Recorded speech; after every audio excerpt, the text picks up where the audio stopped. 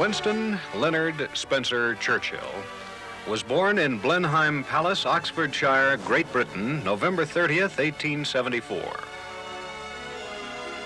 In 1895, Churchill visits Cuba as an observer in the Spanish campaign against the guerrillas. In 1910, at the age of 36, he is elected to the cabinet post of Home Secretary. Attacks are made upon him in Parliament and the press for his part in the Battle of Sydney Street, a siege of foreign criminals in a London slum on January 3rd, 1911. Just before World War I, he is elected as First Lord of the Admiralty, is ousted from his post with the formation of a coalition government, and goes to the Western Front as a major in the 2nd Grenadier Guards. When Churchill again enters the political arena in 1924, he offers himself as an independent anti-socialist.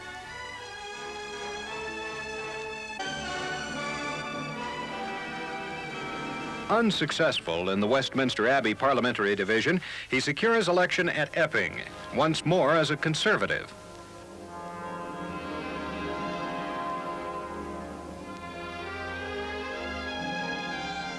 At the beginning of hostilities in World War II, Churchill is not a part of the government. 3 days later, he is nominated First Lord of the Admiralty. On April 4th, 1940, he is given supreme administrative command of all naval, military, and air forces. On May 10th, he becomes Prime Minister and Minister of Defense.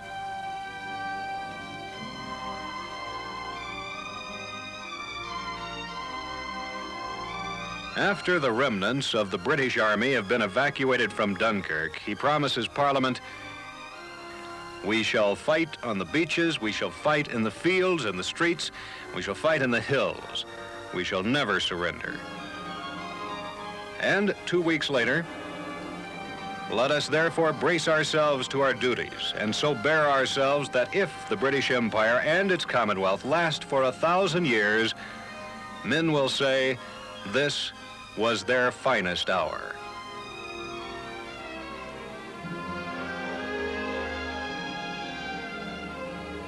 The moments are difficult, but with his dynamic personality, Churchill is able to inspire the will and the resistance of the nation. In 1941, the Prime Minister goes to the United States to meet with President Roosevelt. It is at this meeting of the two great leaders that the Atlantic Charter is conceived. Cannons, airplanes, and ammunition begin to arrive from the United States to help the war-torn nation. With the Japanese attack on Pearl Harbor in December 1941, the United States is brought into the war. Giving a speech to the Canadian Parliament in Ottawa, Churchill indicates that although France, their ally, has fallen, Great Britain will never surrender.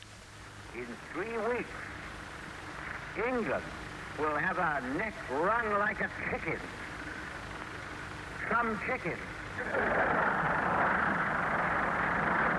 Some neck. Returning from his trip, Churchill takes over the plane's controls. In September of '42, he travels to Moscow to meet with Stalin. After 3 years, the fortunes of war change, and the Allies make their great advance in the African desert. Churchill congratulates the fighting men of the British 8th Army. In 1943, Churchill is made an honorary citizen of London.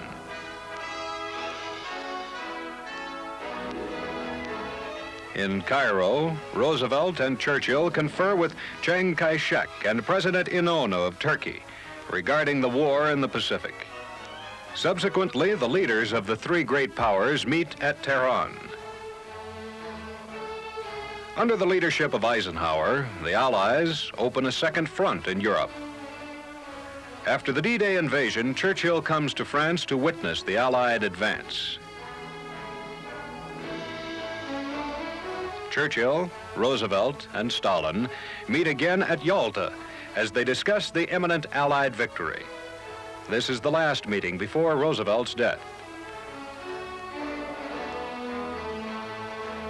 The German Siegfried Line is falling.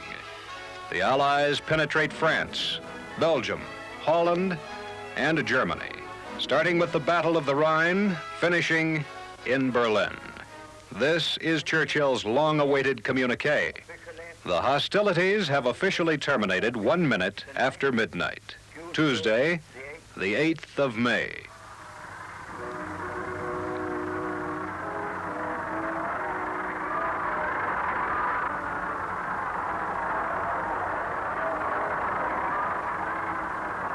Here he watches a parade in Berlin.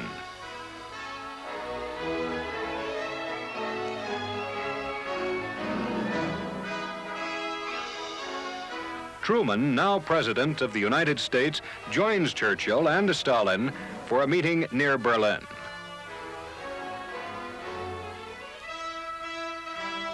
Back in London, Churchill gives thanks at a ceremony in St. Paul's Cathedral and walks through his war-devastated city.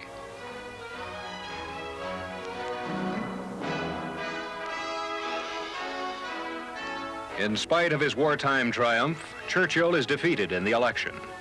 He takes a long-needed rest in northern Italy. Even his favorite horse loses a race. In 1951, a new election sees Churchill as Prime Minister again.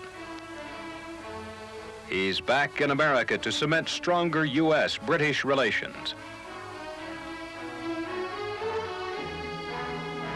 As leader of the British people, he receives Queen Elizabeth at the airport after the death of King George VI. It is as Prime Minister and newly created Knight of the Garter that he attends the coronation.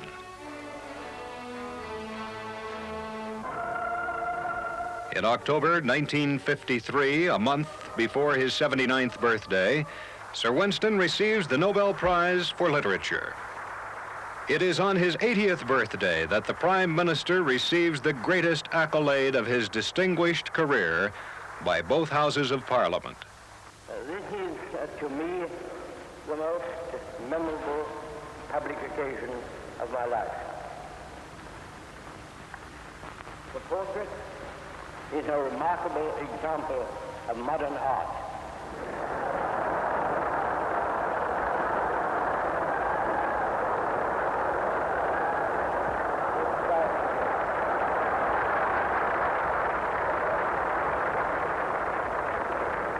Certainly combines force and candor. These are qualities which no active member of either house can do without or should fear to meet. Ladies and gentlemen, I am now nearing the end of my journey. I hope I still have some services to render. However that may be, and whatever may befall, I am sure I shall never forget the emotions of this day. Sir Winston Churchill dies the 24th of January, 1965.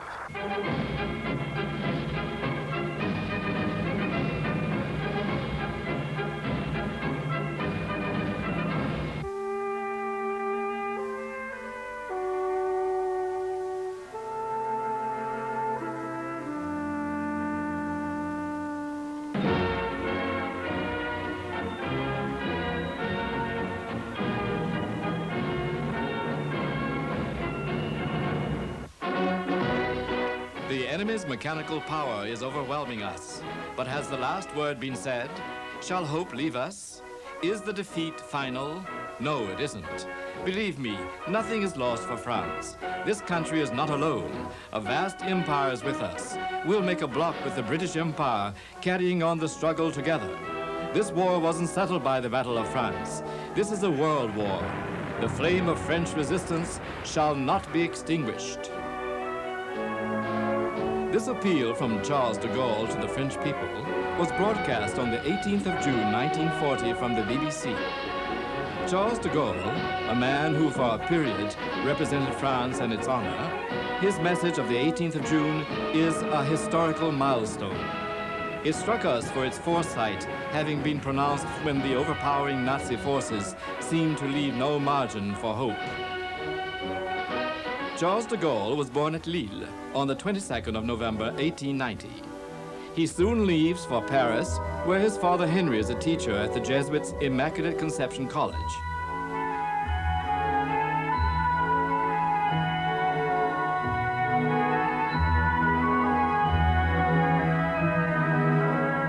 In 1912, he graduates from the Saint-Cyr Military Academy, holding the rank of second lieutenant. He enters the 33rd Infantry Regiment at the orders of Colonel Pétain, the man who, in 1940, will become his opponent. During the First World War, he is wounded twice and taken prisoner at Verdun. He tries to escape several times, but is shut in a concentration camp till the end of the war. As a prisoner, he meets Tukhachevsky, then only a subaltern of the Russian army, and later its theorist and organizer. At the end of the war, he is appointed professor of history at the Saint-Cyr Academy. He writes a number of essays setting forth his theories on modern war, theories mostly disapproved of by the army's high commanders.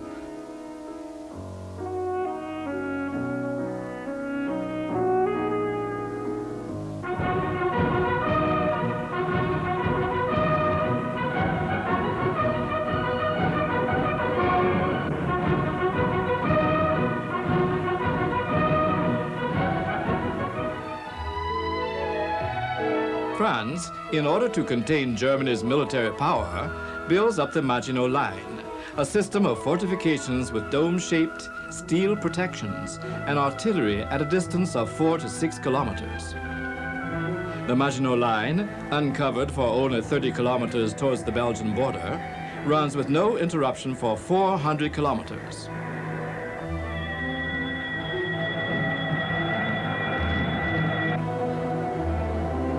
The War Council, having recognized the soundness of de Gaulle's theories on armored corps, assigns him the command of a tanks regiment.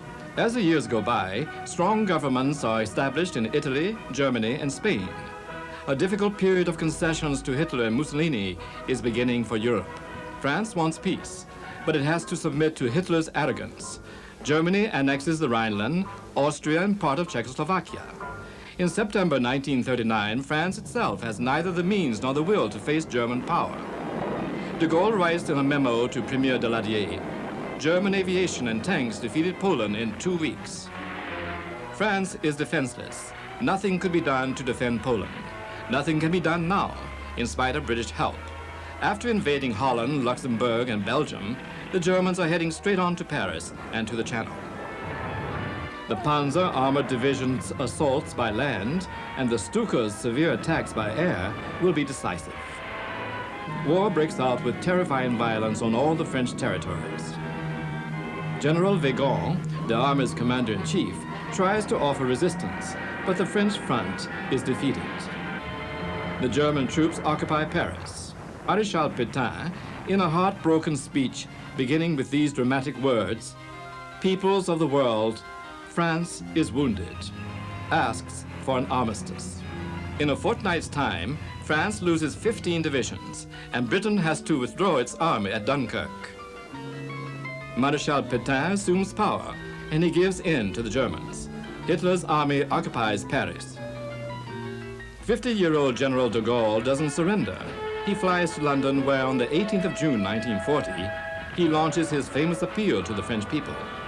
For his appeal, General de Gaulle is denied French citizenship by Maréchal Pétain and sentenced to death.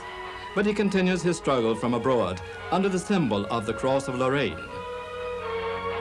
In France, the resistance is being organized. A small French army is formed first in Great Britain and then in North Africa. The United States enters the war. President Roosevelt doesn't like Charles de Gaulle very much and advises him of the Allies landing in France only on the eve of it. Anyway, the general is one of the first to get to Africa and to decorate the scanty colonial troops in the name of France, existing only in his hopes.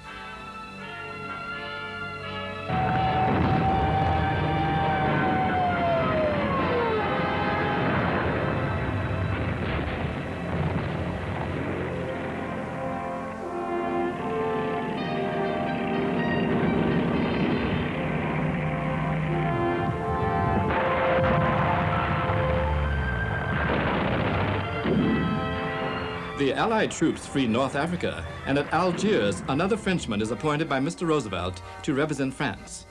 At the Casablanca meeting called by the American president, de Gaulle declares that he won't share with anybody his role of Chief of Free France. And in CNL, which is formed at Algiers, General Giraud is rapidly made powerless. On the 6th of June 1944, the Allies land in Normandy, while difficulties arise between de Gaulle, Churchill, and Roosevelt over the procedure for France's liberation.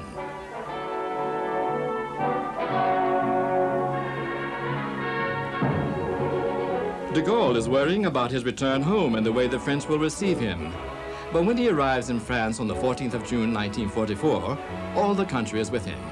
He is not anymore the almost unknown general who left 4 years before on a small aircraft, but he is the savior of France's honor.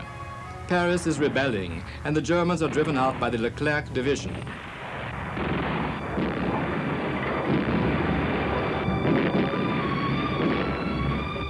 The war is turning to the Allies' advantage, but General de Gaulle is not regarded highly by the Americans, while Stalin considers him a political opponent, and Churchill sees France as a future rival in Europe.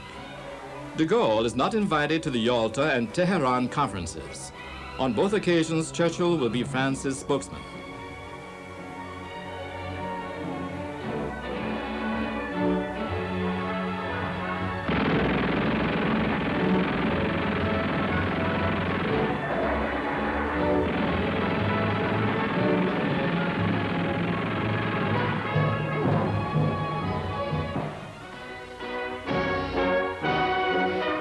On the 25th of June 1944, de Gaulle enters the capital. Along the Champs-Élysées, the crowd is wild with happiness for the liberation.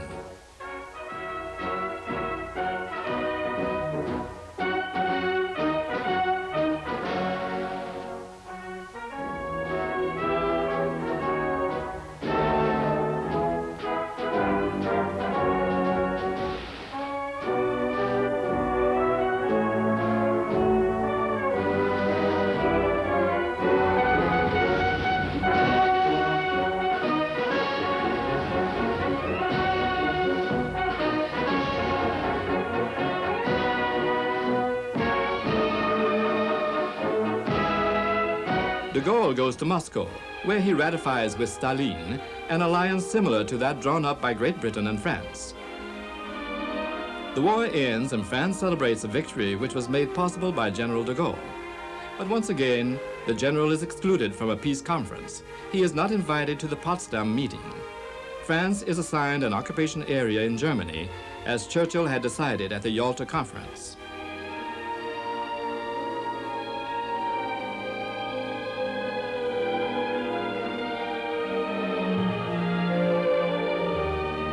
On the 21st of October, 96% of the French people choose by referendum a new constitution.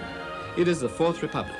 A unanimous vote appoints de Gaulle president of the provisional government. Later, at the first political elections, the parties are once again one against the other to get the power, deeply divided by internal disputes. To tackle the difficult situation, the only alternative for de Gaulle besides dictatorship is to retire to Colombey-les-Deux-Églises, a small village 250 kilometers from Paris. The Fourth Republic has a difficult life, one government crisis after another. De Gaulle's political opponents begin to partly agree with his ideas. Mendes France, his greatest antagonist, fights against the European defense community and votes against the European Common Market. Guy Mollet invests what should be the French contribution to NATO in the Suez Venture of 1956 and in the Algerian War. On the 13th of May 1958, Algiers rebels and a government crisis breaks out, though it is somehow soon resolved. At Algiers, the new government is suspected of negotiating with the rebels. Monsieur Coty, the French president, receives a threatening cable from General Massu. It's the revolt of the army generals.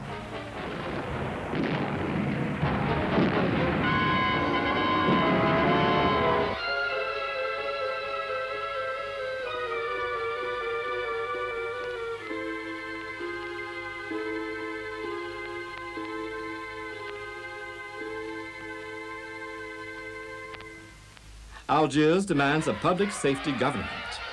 Actually, it's the French people who, tired of a long period of political insecurity and worried by the Algerian War, wants General de Gaulle back to power. Algeria is leading France to sedition. Risk of a civil war is now real. General Salon, the army commander-in-chief, ends a speech in Algiers with a hooray for Charles de Gaulle, who, speaking to about 100 journalists in a Paris hotel, declares, "I am ready to assume the Republican powers." The general's rebellion in Algeria is getting stronger. A portrait of General de Gaulle appears on the government building facade. The French government is now almost powerless. On the 27th of May, 1958, 50,000 people demonstrate in Paris against General de Gaulle, who announces his will to establish a Republican government. The Fourth Republic is dying, and President Coty calls de Gaulle to the Élysée, where he enters by the Coq's door, the one reserved for monarchs.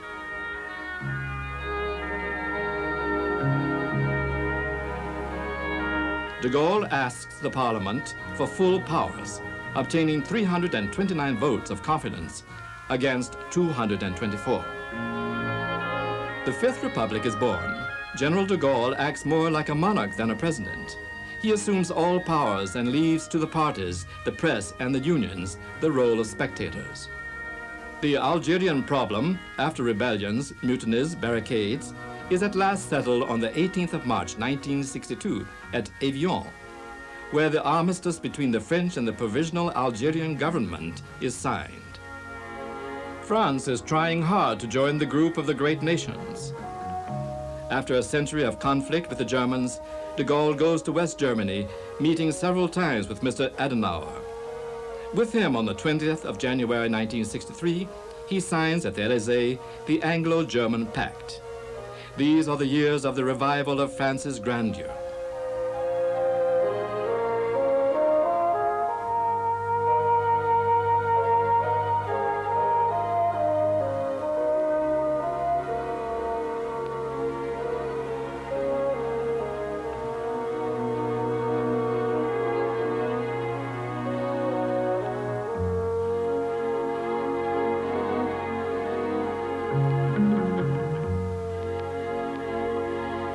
De Gaulle dreams of France as one of the great powers, but in the atomic era, nobody is a great power without nuclear weapons.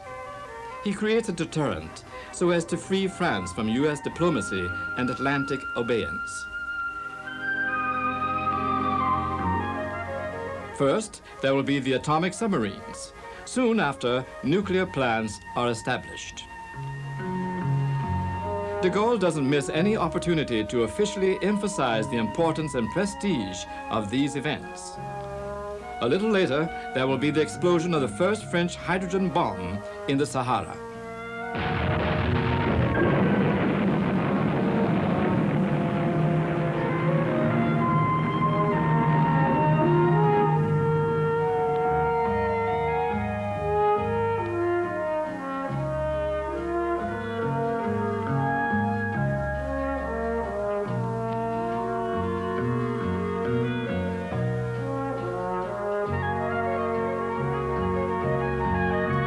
During 10 years, France will have two premiers, and both will be de Gaulle's men, Debray et Pompidou. The parties are losing their character and their importance, but the French are called 10 times to vote during General de Gaulle's leadership. It seems that the French attained what they wanted, political security and a role of importance on the world scene.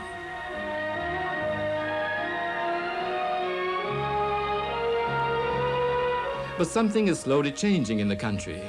De Gaulle perhaps misunderstands the problems faced daily by the French. He calls for new elections, raises salaries, promotes a reform of the country's structures. In spite of everything, his popularity wanes.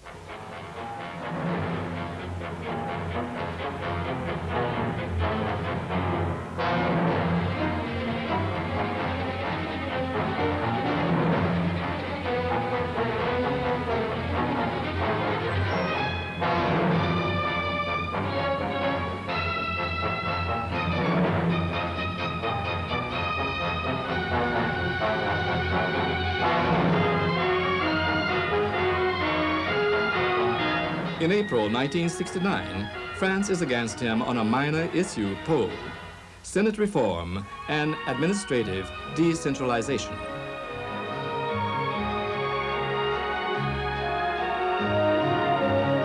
He retires already ill at Colombey-les-Deux-Églises, where he dies on the 9th of November, 1970.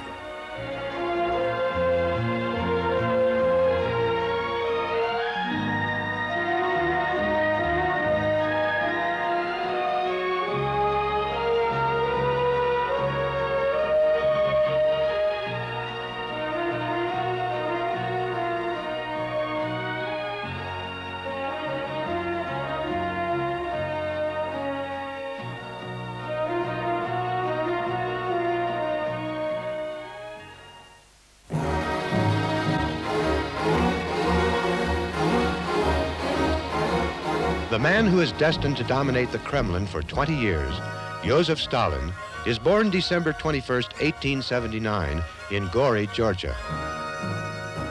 At age 18, he joins the Workers' Party and collaborates on the first Marxist paper. Arrested in 1902, he is deported to Siberia. He escapes from Siberia in early 1904 and returns to participate in acts of violence with fellow Bolsheviks. In 1905, he meets Lenin. Stalin is active in the 4th and 5th Congress of the Communist Party. After the defeat of the 1905 revolution, Stalin assumes leadership of the local Bolshevik party in Baku.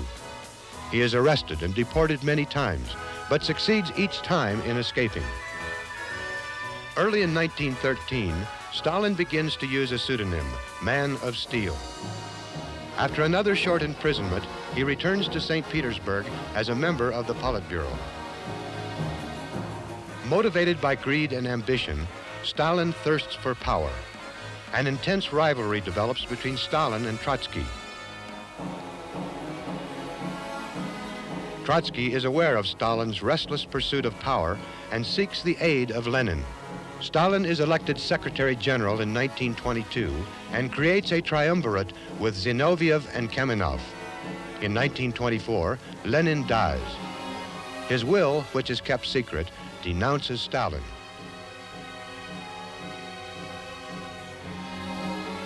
In full control of the Communist Party, Stalin accuses Trotsky of treason and political insubordination. He effects Trotsky's expulsion from the party and exiles him for life.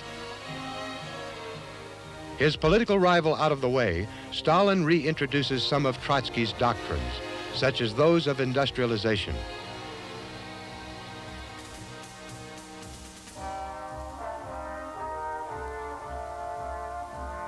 Stalin assumes dictatorial powers in 1929 and enforces a rigid police state. As dictator, Stalin initiates a series of purges to eliminate the old guard. Death and deportation are his methods.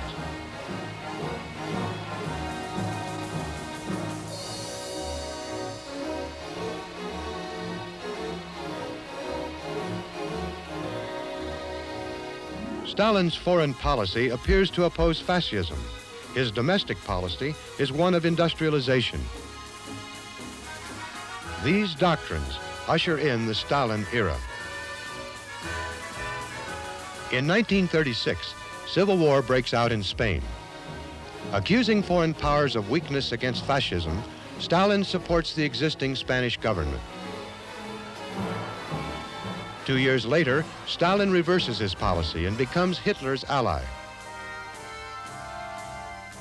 At the dawn of World War II, the communists occupy eastern Poland, the Baltic countries, and a part of Finland and Romania.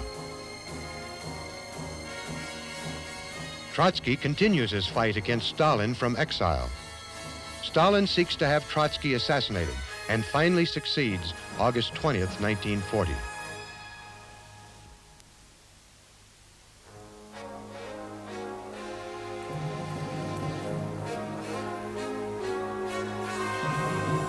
On May 6, 1941, Stalin assumes the premiership. On June 22, 1941, he becomes President of National Defense, and 1 month later, he is named Commissar of War.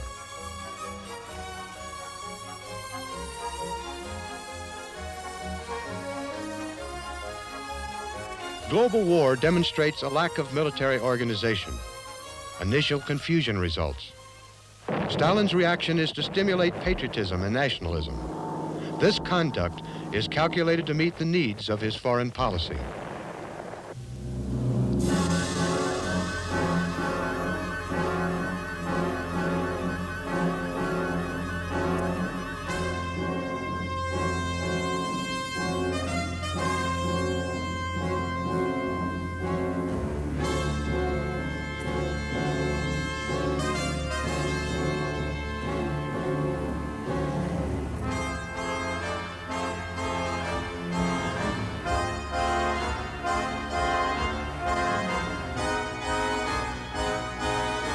In 1943, Stalin participates at the Tehran Summit Conference with Roosevelt and Churchill. In 1945, he is again a dominant figure at the Yalta and Potsdam conferences. At Potsdam, he commits the USSR to join the United States and Great Britain in the war against Japan. After the war, as generalissimo and uncontested leader, Stalin is surrounded by power and becomes a powerful protagonist in the political world. Stalin takes advantage of conflicting attitudes to initiate the Cold War as Russia's political doctrine. He breaks with Yugoslavia and attempts to unite all communists.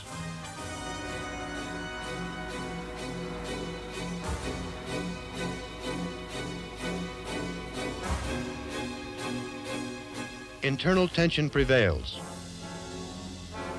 A need for greater liberalism exists, but Stalin becomes more despotic.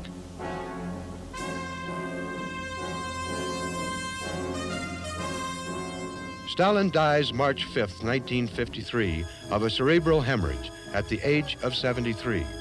It is only gradually that his domestic and foreign doctrines are relaxed. The effects of one of the most powerful and complex figures in history will still be felt for some time to come.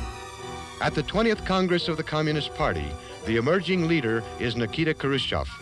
Now, throughout Russia, begins a period of de-Stalinization.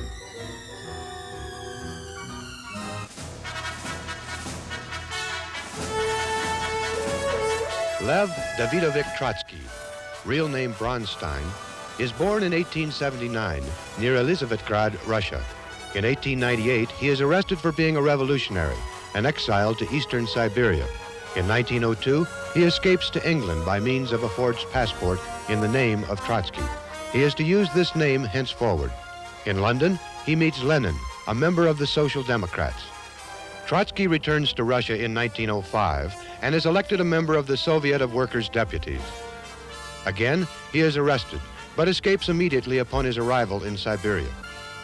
He then goes to Vienna, where he works for Pravda, the communist publication. At the beginning of World War I, Trotsky is in Constantinople as a war correspondent. The following year finds him in Switzerland, France, and the United States, aiding in the publication of a revolutionary paper. Back in St. Petersburg in 1917, he joins the revolutionaries and becomes People's Commissar for Foreign Affairs in the new Soviet government. Trotsky figures principally in negotiating the Brest-Litovsk peace treaty with Germany. Despite the treaty, the Germans continue their advance. Lenin accepts the Germans' conditions for peace, and Trotsky is again at Brest-Litovsk to sign the peace treaty. 14 nations rally to create the White Army to fight communism. Civil war explodes violently. The White Army conquers all territory between Moscow and St. Petersburg.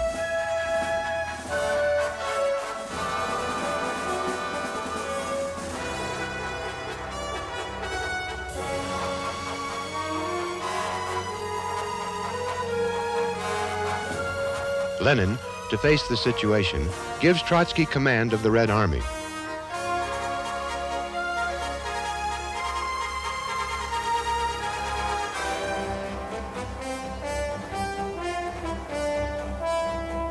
Aboard an armored train, Trotsky crosses Russia and blocks the rebel army. After 3 years of civil war, Bolshevism triumphs.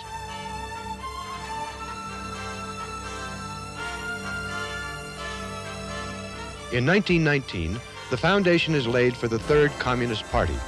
In 1920, Trotsky organized the troops not needed for war into labor armies. Trotsky soon loses Lenin's support over economic policies. Lenin is now paralyzed and suffering from apoplexy. As Lenin weakens, Stalin's popularity begins to rise. In 1923, the triumvirate of Stalin, Zinoviev, and Kamenev gained full control of the government and violently opposed Trotsky's position on industrialization and collective farming.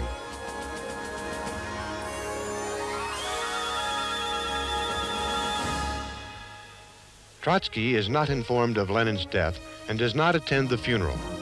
The older communist leaders seek to keep Trotsky ignorant of all government developments and to discredit him. In his will, Lenin requested the Central Committee to control the rise of Stalin, but this document never comes to light.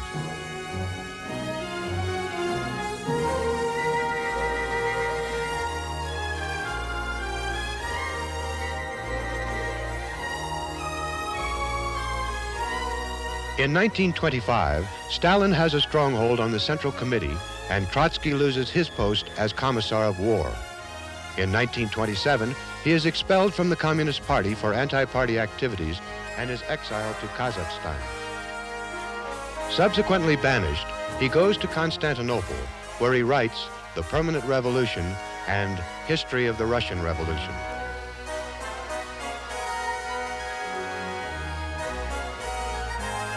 Trotsky continues to seek refuge in various countries. He is repudiated until finally given asylum in France. He spends 2 years in Barbizon until he is expelled. He finds refuge in Norway, where he writes The Revolution Betrayed, The Crimes of Stalin, and other works denouncing Stalinism.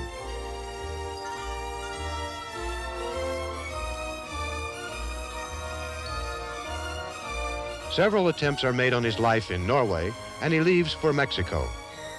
His home there is perpetually guarded by the Mexican police and private agents. Trotsky continues his fight against Stalinism. He authors the Opposition Bulletin and forms an organization called the Fourth International to unify his followers. The Kremlin sentences Trotsky to death. During his exile in Mexico, several assassination attempts are made. Trotsky expects death at any moment. Each day he tells his wife, "We are blessed with the gift of life for another day."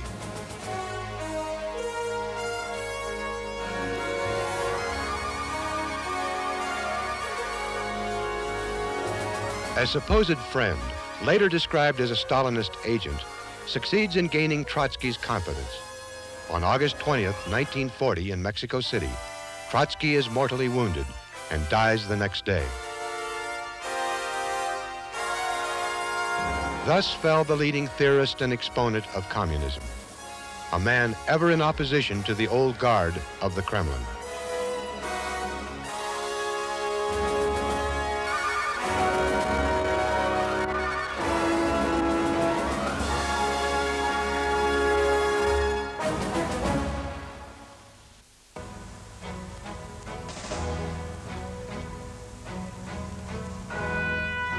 In 1889, Adolf Hitler is born in Braunau on the Inn.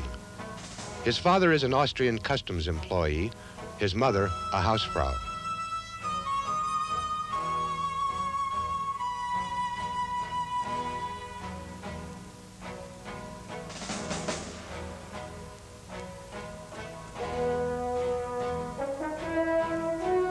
Orphaned at 17, he goes to Vienna to study painting. He fails twice to secure entry to the Academy of Fine Arts.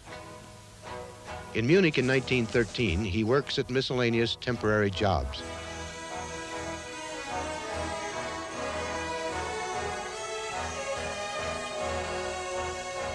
At age 24, he joins the Bavarian army and is wounded.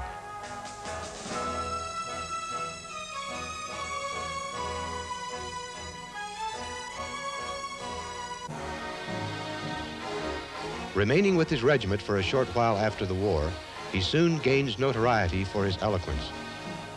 As a member of the newly formed Labor Committee, he is given charge of propaganda against communism.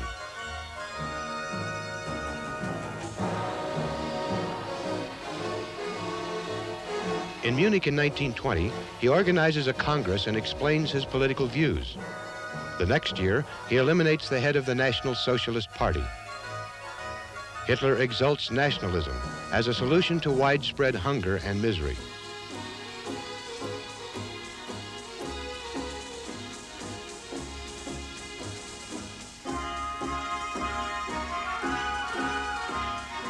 Along with other insurgents, in 1923, he tries but fails to take over the Bavarian government under von Kahr.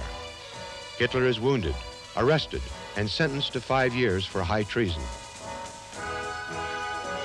In prison, Hitler prepares the first volume of Mein Kampf. Released 9 months later, he creates the SS.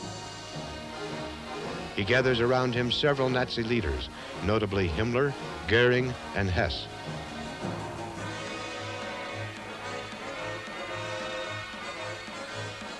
The Wall Street crash precipitates economic and political instability. Failure of the German government to achieve success in internal or external affairs allows the Nazi Party to gain 2 million votes. Hindenburg is recalled from exile, and as president of the Reich in 1931, he offers Hitler a place in the government. Hitler refuses this position and will refuse it again in 1932. In April 1932, Hitler becomes a candidate in the national elections. After an intensive political campaign, he collects 13 million votes.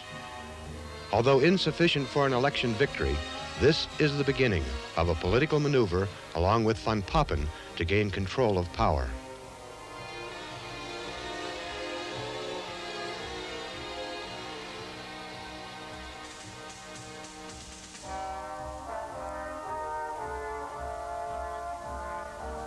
Hitler's position is stabilized on June 30th, 1934, during the so-called Night of Long Knives, when his few remaining opponents are eliminated. He assumes the presidency of the Reich when Hindenburg dies. Immediately, Hitler abolishes political parties, centralizes all power, and creates a police force, the Gestapo.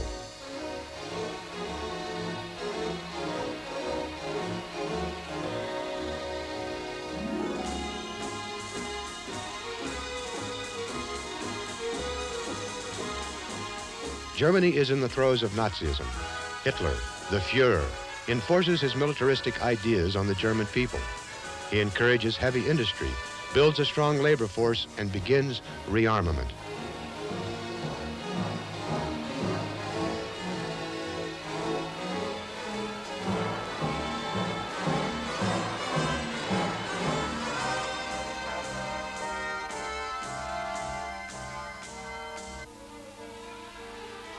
Goebbels, in charge of propaganda, parrots Hitler's ideas on superiority of the German race and persecution of the Jews. Synagogues are destroyed, and Jews are labeled public enemies of the state. Many Jews flee Germany, among them the great physicist Einstein.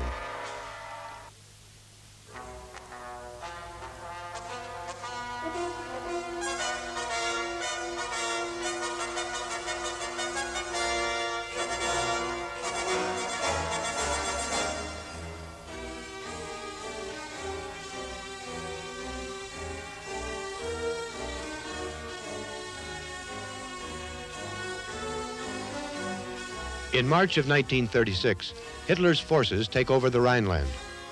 During this year, he also begins an affair with Eva Braun, who will remain with him until death.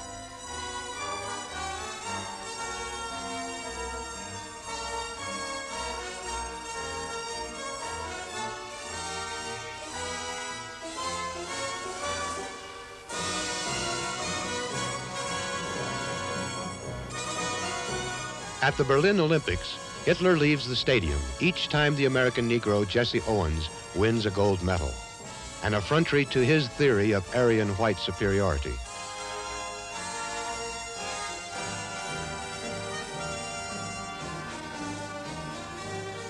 In October of 1936, Hitler allies with Mussolini, forming the Axis powers. Italian fascists and German soldiers fight side by side with Franco during the Spanish Civil War.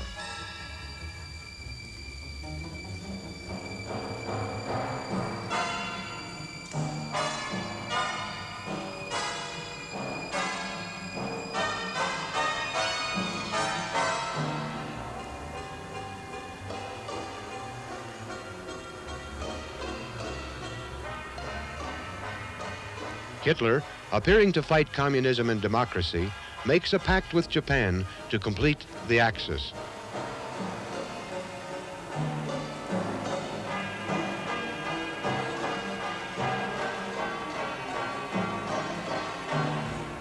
Under pretext of uniting all German-speaking countries, Hitler annexes Austria in March of 1938, as well as all German minorities in Bohemia.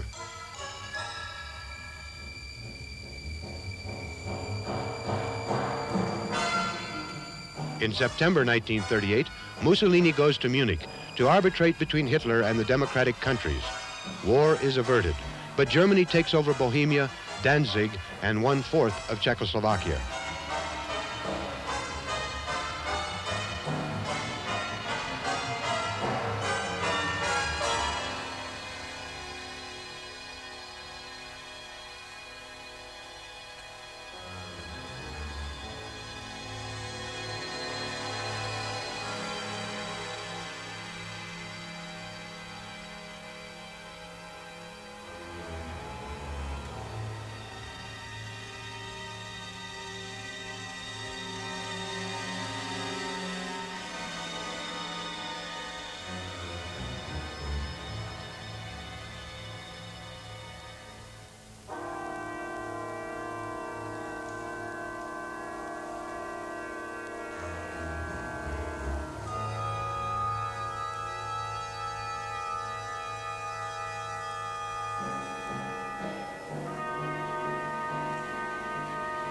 In August 1939, Hitler concludes the Pact of Steel with Italy and a non-aggression pact with Russia. 8 days later, he invades Poland. Thus begins the global war that is to last for 6 years.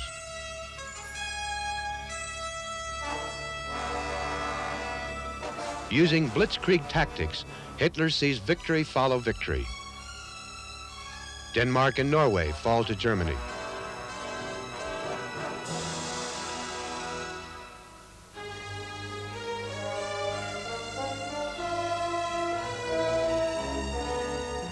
In May 1940, an offensive is launched against Belgium and Holland. A month later, German troops overrun France. Just as the French had humiliated the Germans at the end of World War I, Hitler avenges the Treaty of Versailles by having the French sign terms of surrender in a train at Compiègne. Germany is in a state of exultation.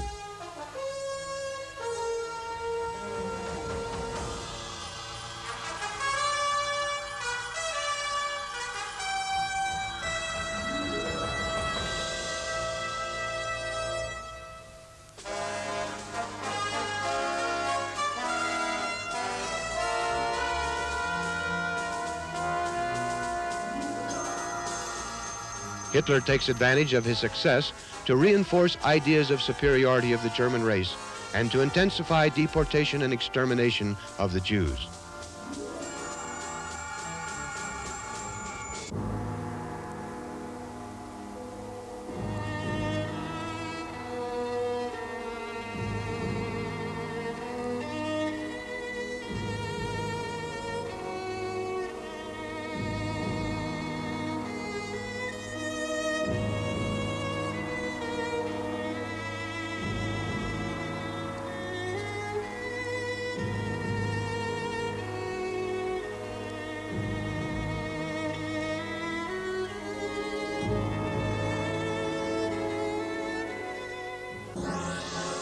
On the seas, the German fleet is invincible.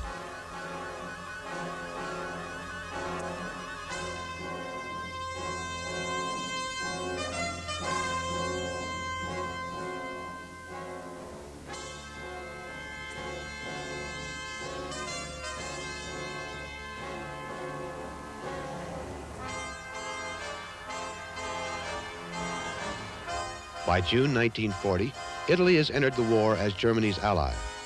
Together in the spring of 1941, the German and Italian armies occupy Yugoslavia and Greece. Although Hitler dominates continental Europe, his thirst for conquest is not satisfied. On June 22, 1941, the German army invades Russia. After a setback near Moscow, Hitler personally assumes supreme command. Despite many German victories, there is bitter resistance in Stalingrad. Defeats are suffered by the Axis, and the tide of war begins to turn against Germany.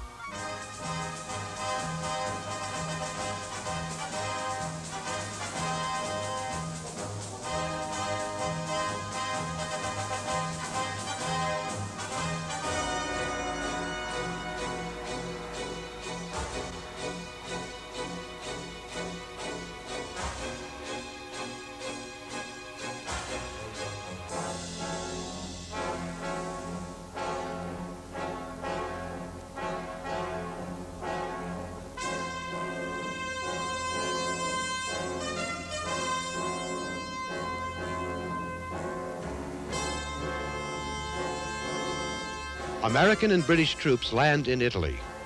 On July 25, 1943, Mussolini is arrested. Italy capitulates and signs an armistice. Hitler stubbornly refuses to recognize that Germany is falling. He attempts to bolster patriotism and morale while the Nazi Party continues its rampage.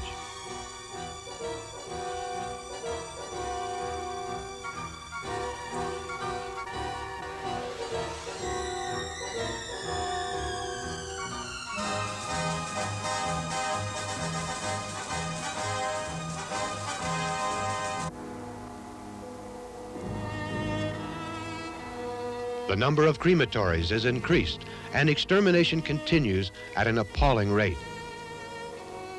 In the concentration camp of Auschwitz alone, the Nazis eliminate 6,000 Jews per day. This genocide continues until the end of the war, by which time 6 million Jews will have been exterminated.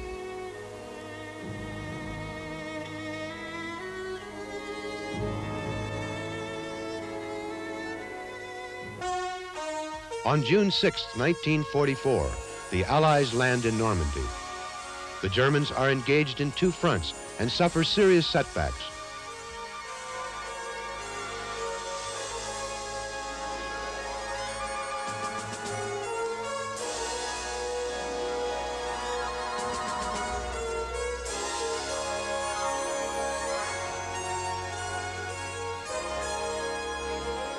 On July 20th, 1944, Colonel von Stauffenberg and others try to assassinate Hitler.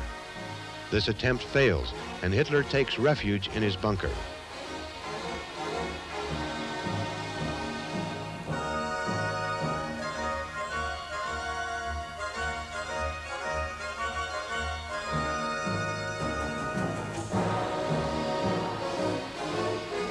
The German army is destroyed. Hitler is forced to call to arms old men and young boys.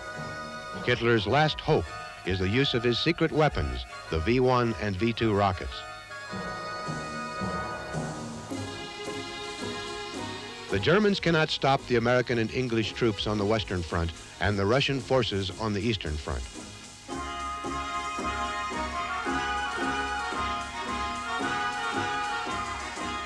Hitler makes a final appearance to the public and withdraws to his bunker for the last time.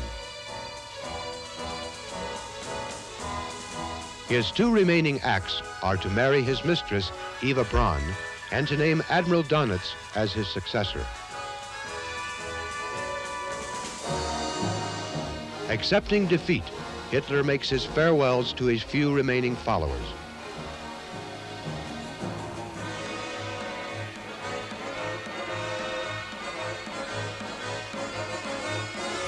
On April 30th, 1945, Hitler shoots himself and Eva Braun takes poison. According to his instructions, their bodies are burned.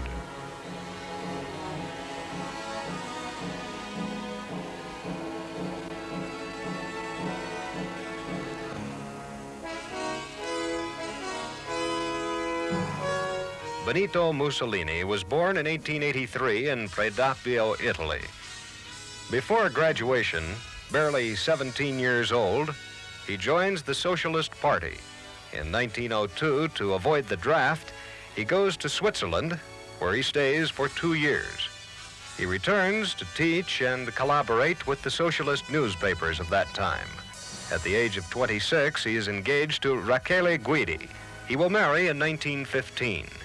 In 1910, he participates in popular demonstrations, and in December 1912 becomes editor of the Socialist Party's official newspaper, Avanti.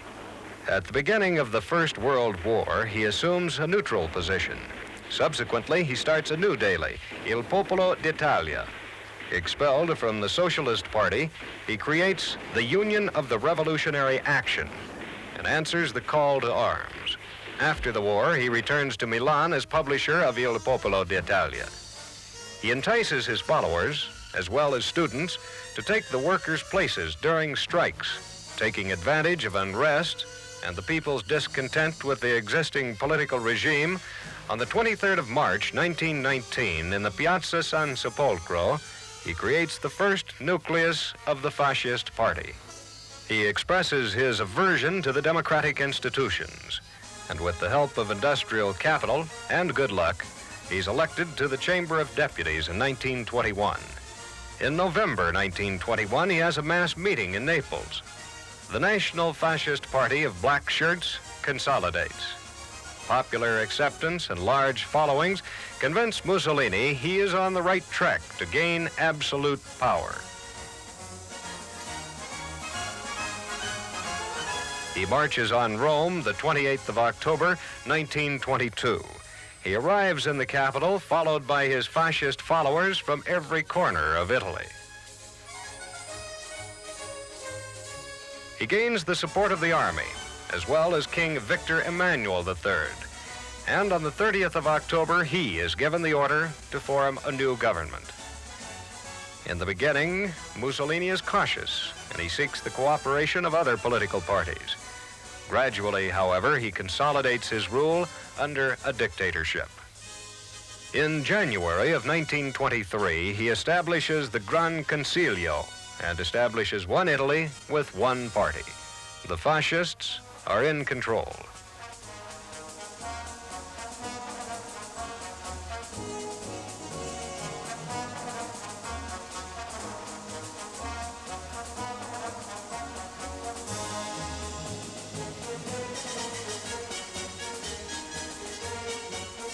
Various politicians accept Mussolini's action.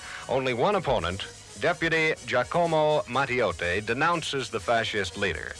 Matteotti is assassinated the 24th of June, 1924. Still, the various parties are passive to Mussolini's action, and the king reconfirms his trust in Il Duce.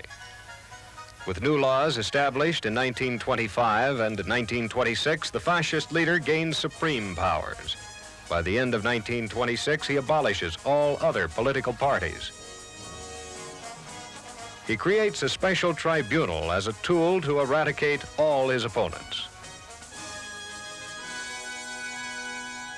In 1929, he creates the bilateral pacts to establish the relation between church and state.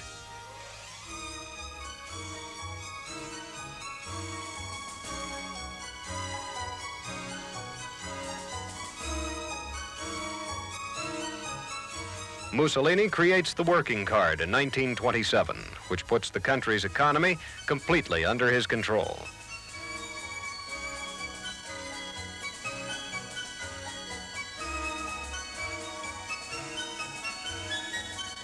With his penchant for eloquent speeches, he becomes more and more popular. He travels throughout the country giving speeches, enticing farmers and workers.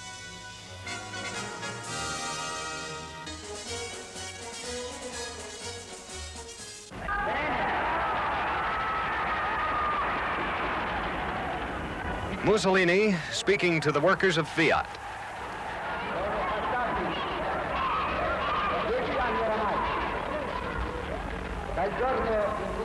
It has been 10 years since we have seen each other. Now we are united together. che mi vediate molto cambiato dal punto di vista fisico, ma soprattutto non potete vedermi cambiato dal punto di vista morale. Poiché abbiamo delle forze imponenti. We have the total approval of all the workers of all of Italy. In celebration of these first 10 years, we give birth to the new generation.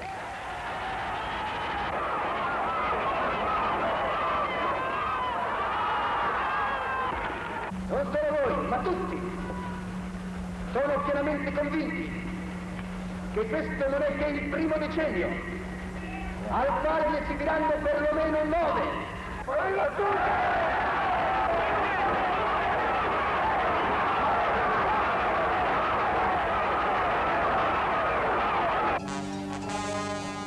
Mussolini congratulates Italio Balbo for the first transatlantic crossing.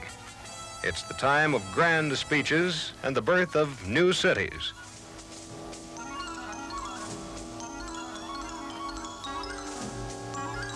He dedicates Littoria.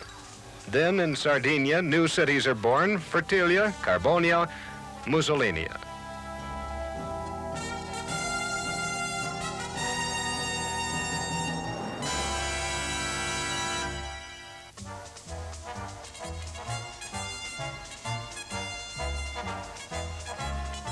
In foreign affairs, he opposes Hitler's ideas of annexation of Austria. The meeting between the two dictators is cold. Mussolini is on the side of England and France, and with ministers Laval and MacDonald, signs the Pact of Stresa. Driven by his desires to conquer and expand and encouraged by the condescending attitude of the democratic countries, he prepares to occupy Ethiopia.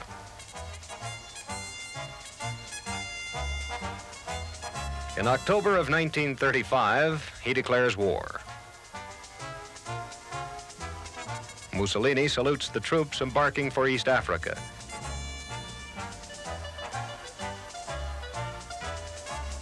The League of Nations, calling it a war of aggression, imposes economic sanctions against Italy. Mussolini responds, mobilizing the working nation to be self-sufficient.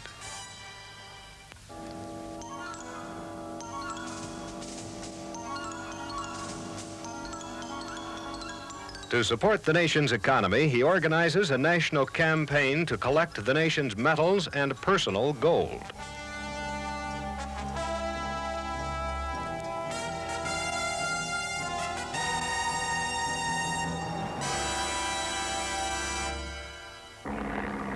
Fortunately, the war is brief. The enemy has not enough arms to oppose a well-equipped army.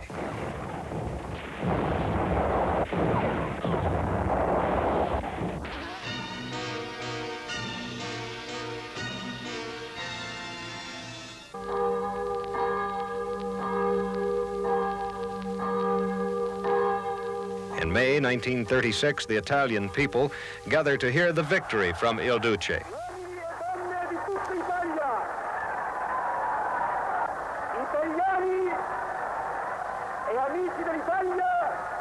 Men and women of Italy, Italians and friends of Italy, listen to the telegram from our Marshal Badoglio.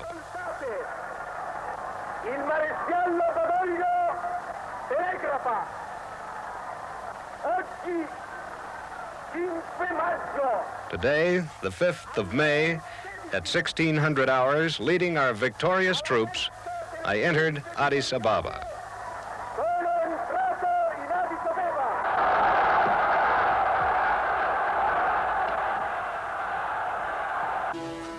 Italy has an empire, and Mussolini wants it to be fascist.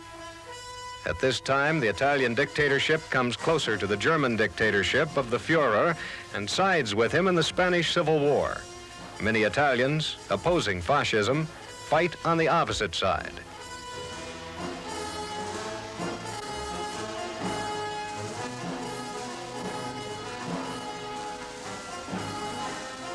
Fascism is coming into its own.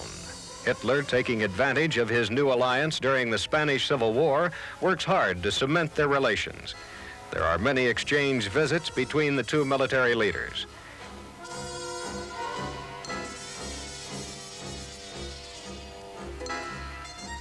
In 1936, Hitler and Mussolini formed the Rome-Berlin alliance. Later, in 1939, in Munich, the Pact of Steel, the strong alliance between Italy and Germany.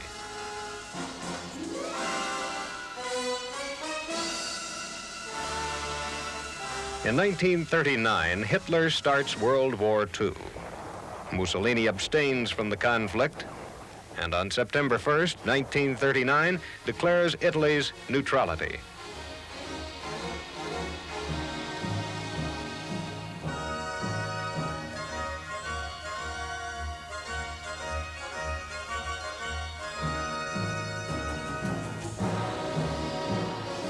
The rapid victory of the German army over various European nations induces Mussolini to abandon his neutrality. The sudden change in politics leaves Italy confused.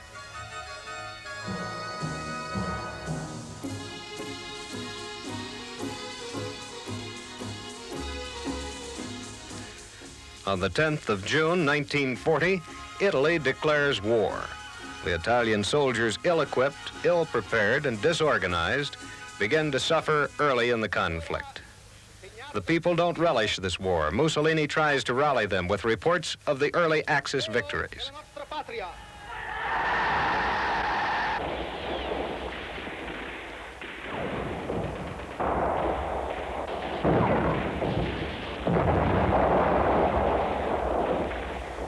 The war seems to drag. Germany is suffering defeat on all European fronts, and now faces defeat in Africa. The situation is becoming critical. The fascist party is losing faith in Il Duce. On the 15th of July, 1943, the king orders Mussolini's arrest, and the government is given to Marshal Badoglio.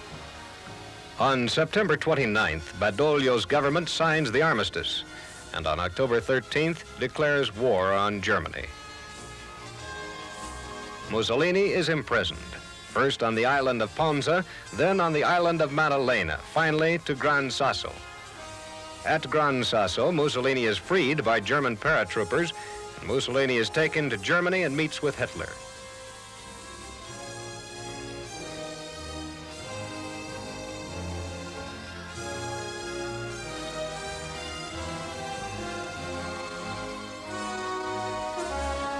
From Germany, Mussolini creates the basis of the Italian Socialist Republic, with its government headquarters at Rocca delle Cavanate near Forli on September 23, 1943. General Graziani is placed in charge of the fascist Republican Army. In Rome, he honors the tomb of the unknown soldier. The Italian flag flies without the emblem of the Royal House of Savoy. At the end of September, the new Republican government moves into northern Italy and intensifies recruiting. Italy is divided. Badoglio's government on the Allies' side, Mussolini's puppet regime on the Axis side.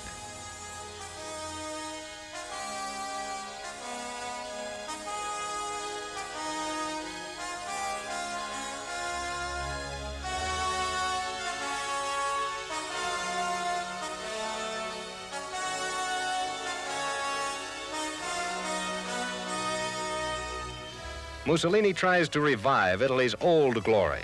The Nazis impose a dictatorial regime, enforcing obedience by force, extermination, and concentration camps.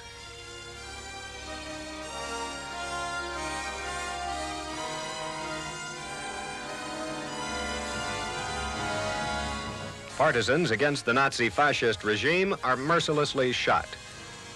At the Lyric Theater in Milan, on the 16th of December, 1944, Mussolini delivers one of his last speeches.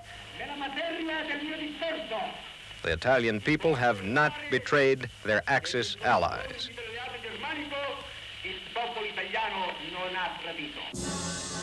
Again, in Milan, in April, he tries to obtain support.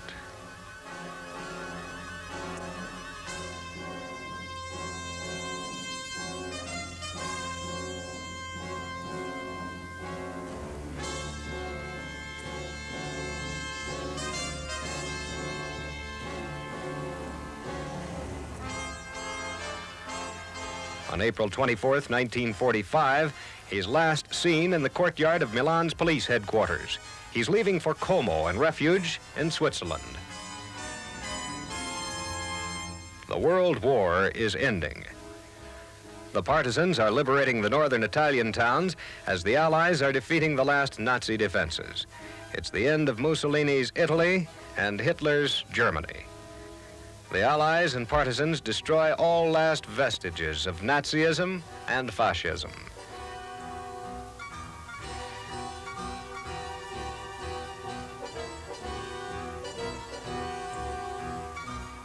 Attempting to flee Italy in disguise, Mussolini and his mistress, Claretta Petacci, are seized by partisans on the 27th of April near the Swiss border.